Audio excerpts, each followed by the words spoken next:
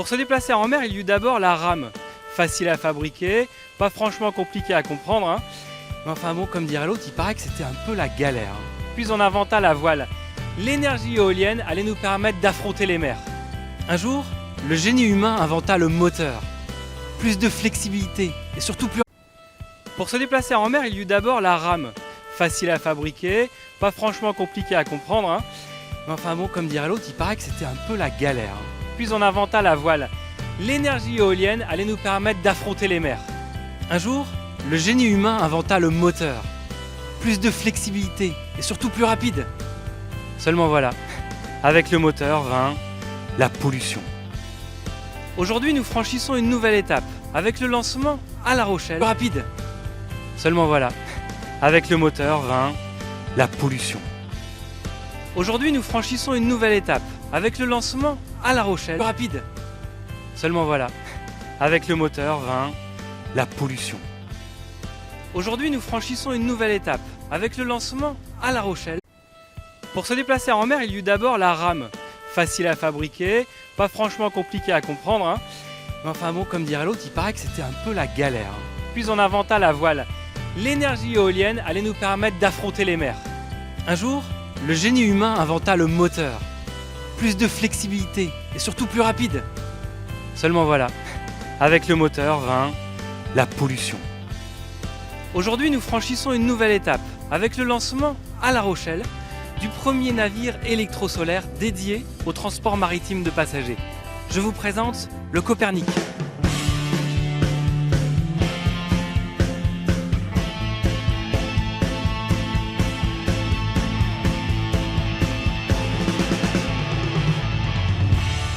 Alors ce bateau-là, donc, il est plus grand, il transporte 75 passagers au lieu de 30 passagers.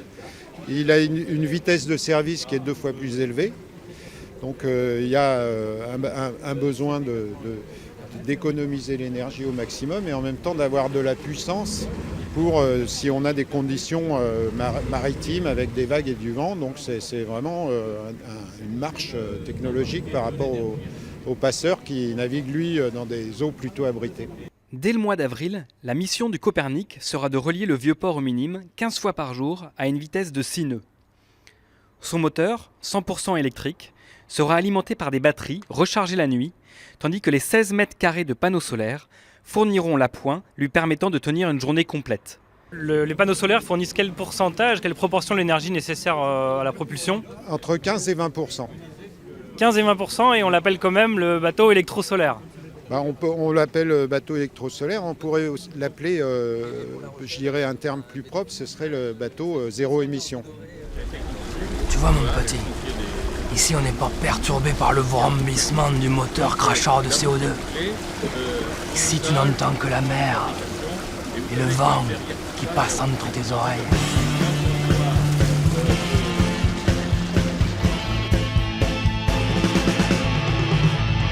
La Rochelle est une ville volontaire en termes de mobilité, notamment mobilité électrique. Est-ce qu'on a un retour au-delà de la fierté d'être investi ?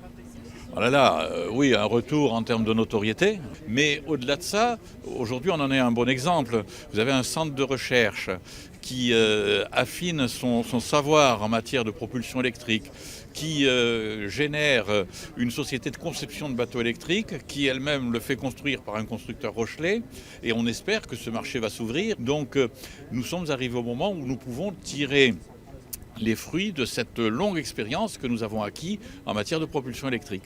Le bateau électrique rentre dans toute la logique Yellow, le redéploiement des transports et l'intermodalité notamment.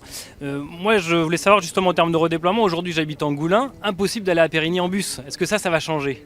Oui, bien sûr. Nous sommes en train de relier les communes entre elles, les quartiers entre eux, et nous intégrons dans ce réseau bus les autres modes de transport, aussi bien le passeur, le bateau-bus sur lequel nous sommes, les vélos qui maintenant peuvent monter sur les bateaux. Tout ça, c'est le système Yellow. Mais tout repose quand même sur cette nouvelle architecture du réseau de bus qui permettra une meilleure desserte de l'ensemble du territoire.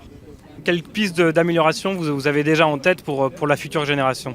Alors il y a toujours un travail continu sur l'économie de l'énergie en général.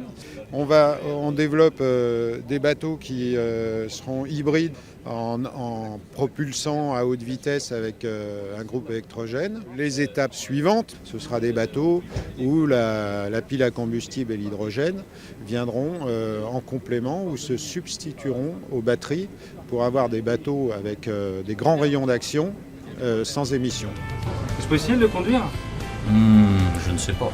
Juste sur vos genoux. Ah, ça pousse bien, hein, cette petite bête. Salut les gars.